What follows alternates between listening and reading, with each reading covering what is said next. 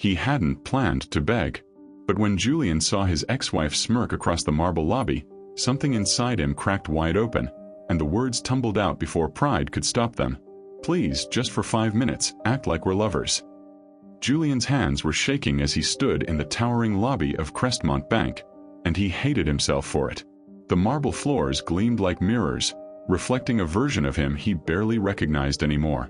2 years ago, he'd walk through doors like these in tailored suits, his daughter's laughter still echoing in a home that felt whole. Now he wore a jacket with a frayed collar and carried the weight of every missed payment, every apologetic smile to Mia when she asked why they had to move again. The meeting was supposed to be simple. Reschedule the loan. Buy time. Get back on his feet. He'd practiced the words in his car, his voice steady in the rearview mirror. But then he saw her. Clarissa. His ex-wife stood near the executive elevators, all polished edges and cold confidence, her designer bag catching the afternoon light. She wasn't supposed to be here. This was his moment, his humiliation, private and contained. But of course she was here. She worked 2 buildings over, and the universe had a cruel sense of timing. Their eyes met. Her lips curved into something that wasn't quite a smile. Julian's throat tightened. He could already hear her voice in his head, the same tone she'd used when she'd left. "I can't do this anymore, Julian. I can't watch you fail." Across the lobby, behind a glass-walled office that screamed authority, sat the woman who held his future in her hands. Davina Hartley didn't look up from her screen, but she felt the weight of the lobby's energy shift. She always did.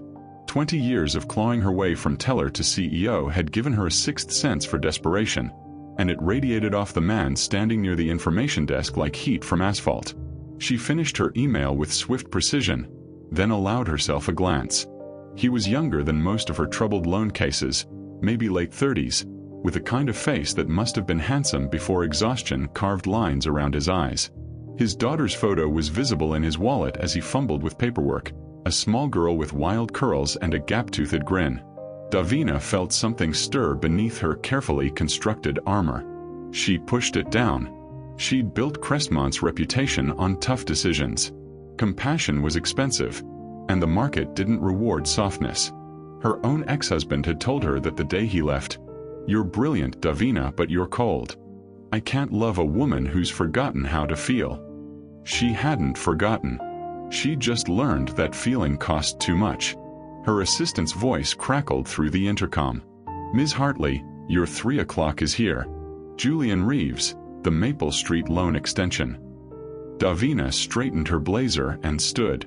Through the glass, she watched Julian turn toward her office, and that's when she saw the woman near the elevators, watching him with predatory interest. The body language was unmistakable.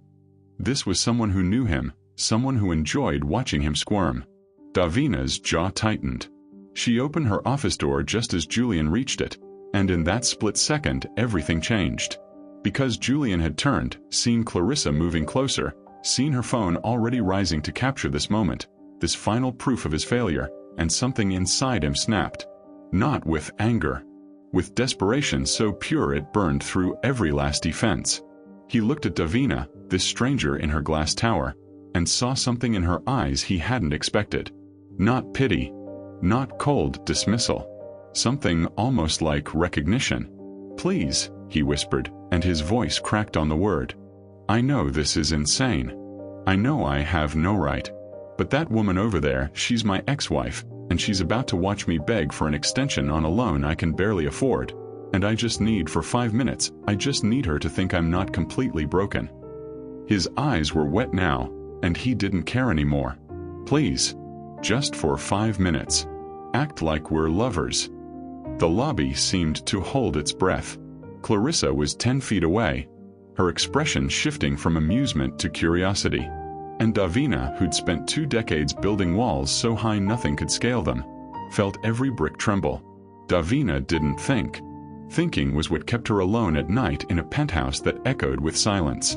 Thinking was what had turned her into the woman her ex-husband couldn't love. So she didn't think. She smiled, soft and genuine, and reached for Julian's hand. "There you are," she said, her voice warm honey over gravel. "I was starting to worry you'd gotten lost." Julian's eyes went wide, but Davina squeezed his fingers, a silent plea to trust her. His hand was calloused, trembling, and somehow that small vulnerability steadied something inside her. She turned to face the approaching woman, keeping Julian's hand in hers. "Can we help you?" Clarissa stopped mid-stride, her phone lowering slightly. Up close, she was beautiful in the way expensive things are beautiful. Perfect, maintained, untouchable. Her eyes moved from their joined hands to Julian's face, searching for the trap. "Julian," Clarissa said slowly, testing the waters. "I didn't know you had a meeting at Crestmont. What are you doing here?" Julian opened his mouth, but nothing came out. The practiced words had abandoned him. Davina felt his panic like a pulse against her palm. She stepped closer to him, her shoulder brushing his, and something about the gesture felt dangerously real. "He's here for lunch," Davina said smoothly. "We have a standing Thursday thing. Though I keep telling him he doesn't need to come all the way downtown just to see me." She glanced at Julian, and her eyes held a message. "Follow my lead. I can't help it if he's hopelessly romantic." The word romantic hung in the air like a dare. Clarissa's expression shifted, confusion giving way to something sharper. "Romantic. Julian." She laughed, but it sounded wrong. "That's rich. When we were married, he forgot our anniversary 3 years in a row." "I was working 80-hour weeks to keep us afloat," Julian said quietly, and there was an edge to his voice now, something breaking through the fear. "You said you wanted the house in Rosewood Hills. I was trying to give you everything. And look how that turned out," Clarissa shot back. Davina felt Julian's hand start to pull away, felt him retreating back into shame, and something fierce rose up in her chest. "Actually," Davina said, her voice cutting clean through the tension, "it turned out beautifully. Because now he's with someone who doesn't measure love by the size of a house or the name on a deed." She turned to Julian, and this time when she looked at him, she let herself really see him. The exhaustion. The pride barely holding together.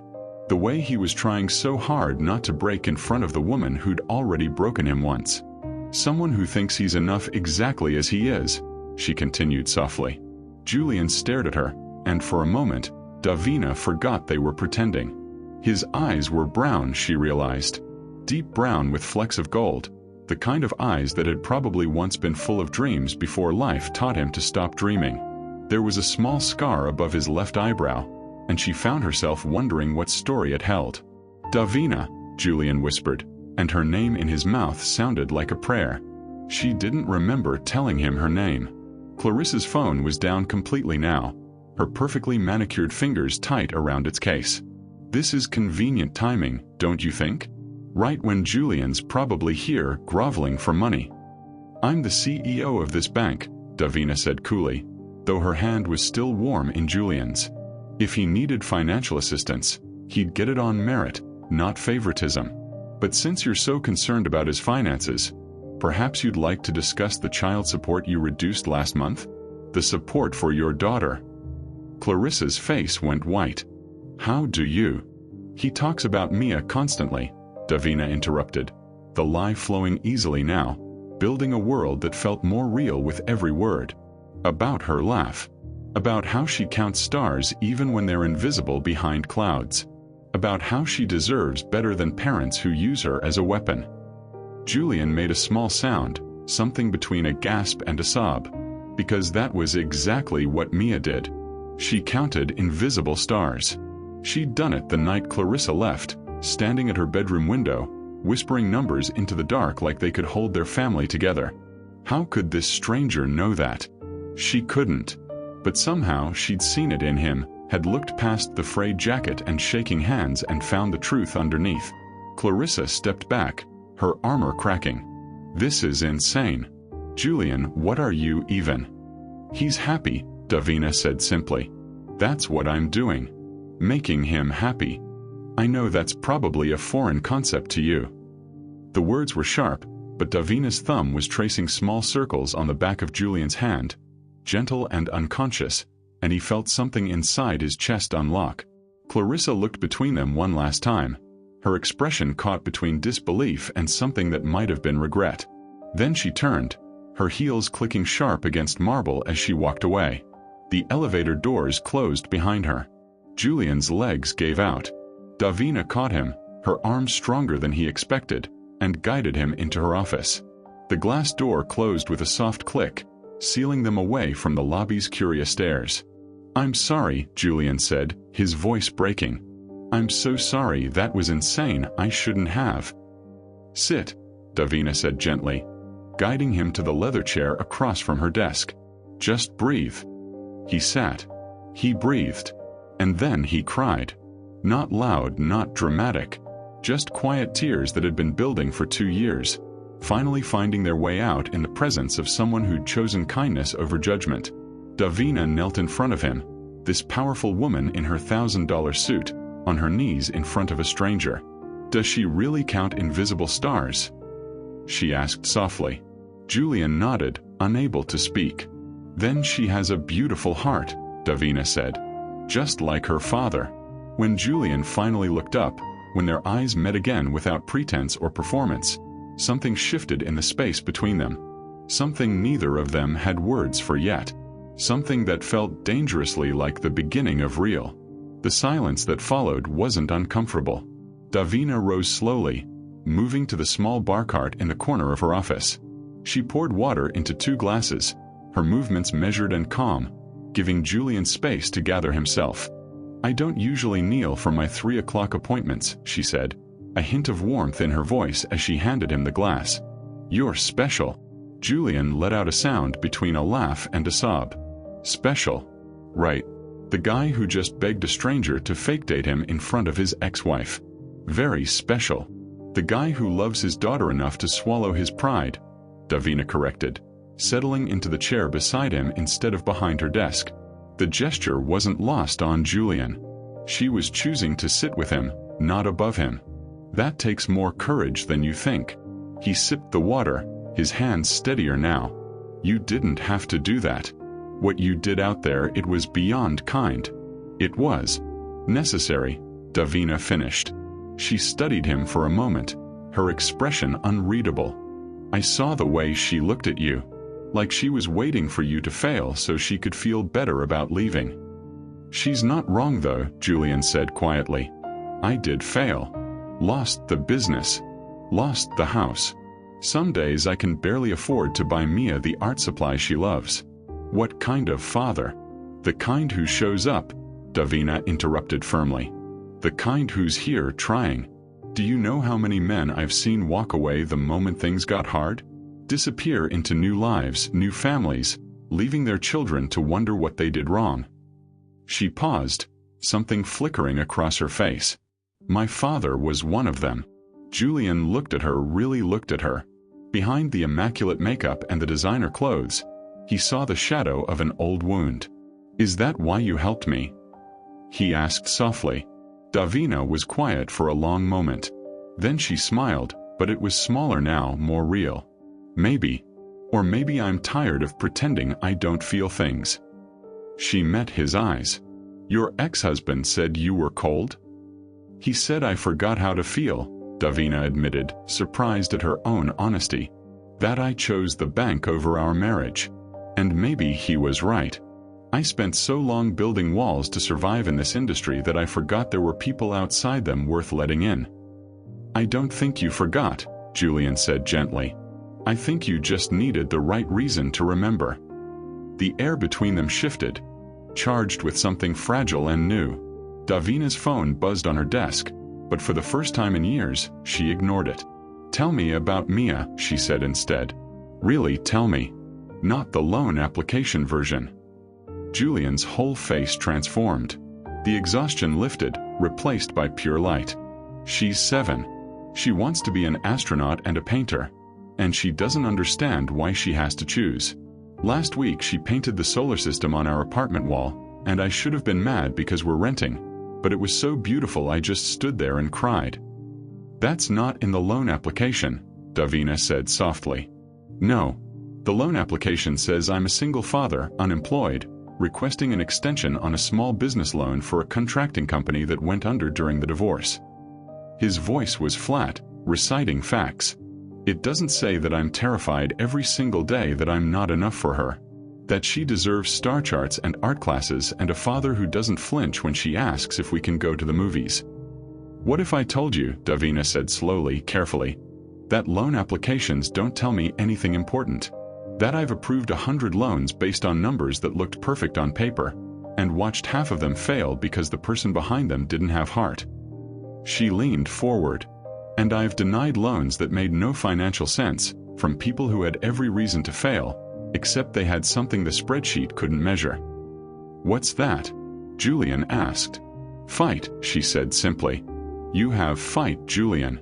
I saw it the moment you walked in here.